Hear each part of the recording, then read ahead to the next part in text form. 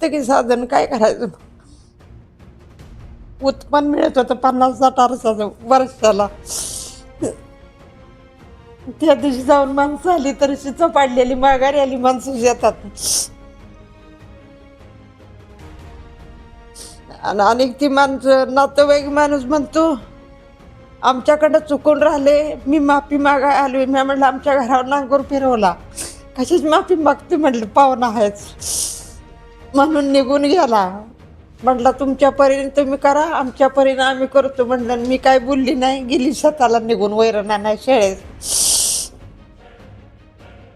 सरपंचाला बी जाऊन ग्रामपंचायतीत बोलली, काय केलंच म्हटलं, नुदान सूचना तर द्यायची, माझं नातू नाही इथं म्हणून. तर म्हटलं मला ठाऊ नाही, मी शेताला गेलो नाही, तर माझ्या घरी या, तुझ्या घरी ये, मला पाय नाही तर म्हटलं तू ये माझ्या घरी, तू झाडच पडाय गेला होता म्हणून. मान तालुक्यामध्ये पोळकोटी गावामध्ये एक रस्ता जो मंजूरच नाही आहे, जो 2024 आहे. आम्हाला माहिती कळलं की 2024ला मंजूर झालेला 9 महिन्यात करायचा होता, तो केलाच नाही.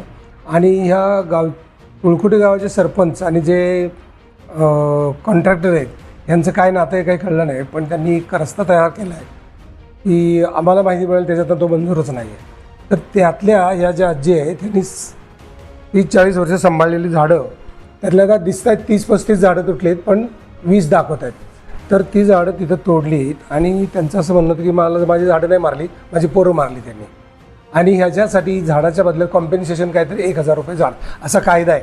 मुख्यमंत्र्यांना आणि फॉरेस्ट मिनिस्टरना आपलं म्हणणं एवढंच आहे की 1000च्या बदल्यात 30,000चं 30 वर्ष सांभाळलेलं झाड यांचं गेलं तर ह्यांना काय दुःख होत असेल.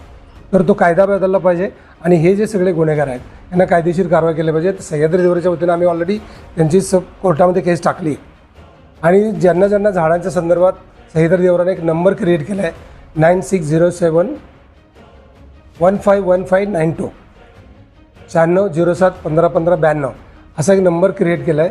जिथं कुठे झाड तुटलं, जिथं कुठे बेकायदेशीर झाडाला काय झालं तर ताबडतोब ह्या नंबरवरती करा, आम्ही त्याच्यावरती कायदेशीर कारवाई करू. पण ह्या झाडांचा न्याय मिळणं म्हणजे 1000 रुपये भरणं का? फॉरेस्ट डिपार्टमेंटनं पंचनामा केला, त्यांच्याकडून 20,000 रुपये घेतले आणि कॉन्ट्रॅक्टर म्हणतो अनावधानानं माझ्याकडून ही झाडं तुटली. अनावधानानं माणसं मारली तर त्याला शिक्षा काय असते आणि अनावधानानं झाडं तोडली त्याला शिक्षा काय असते, असा एक विचार आहे.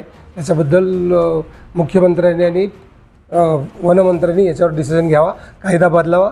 1000 दंड ही काही खरा कायदा नाही, तो कधी सालचा होता कायदा, तो लवकरात लवकर बदलावा अशी इच्छा.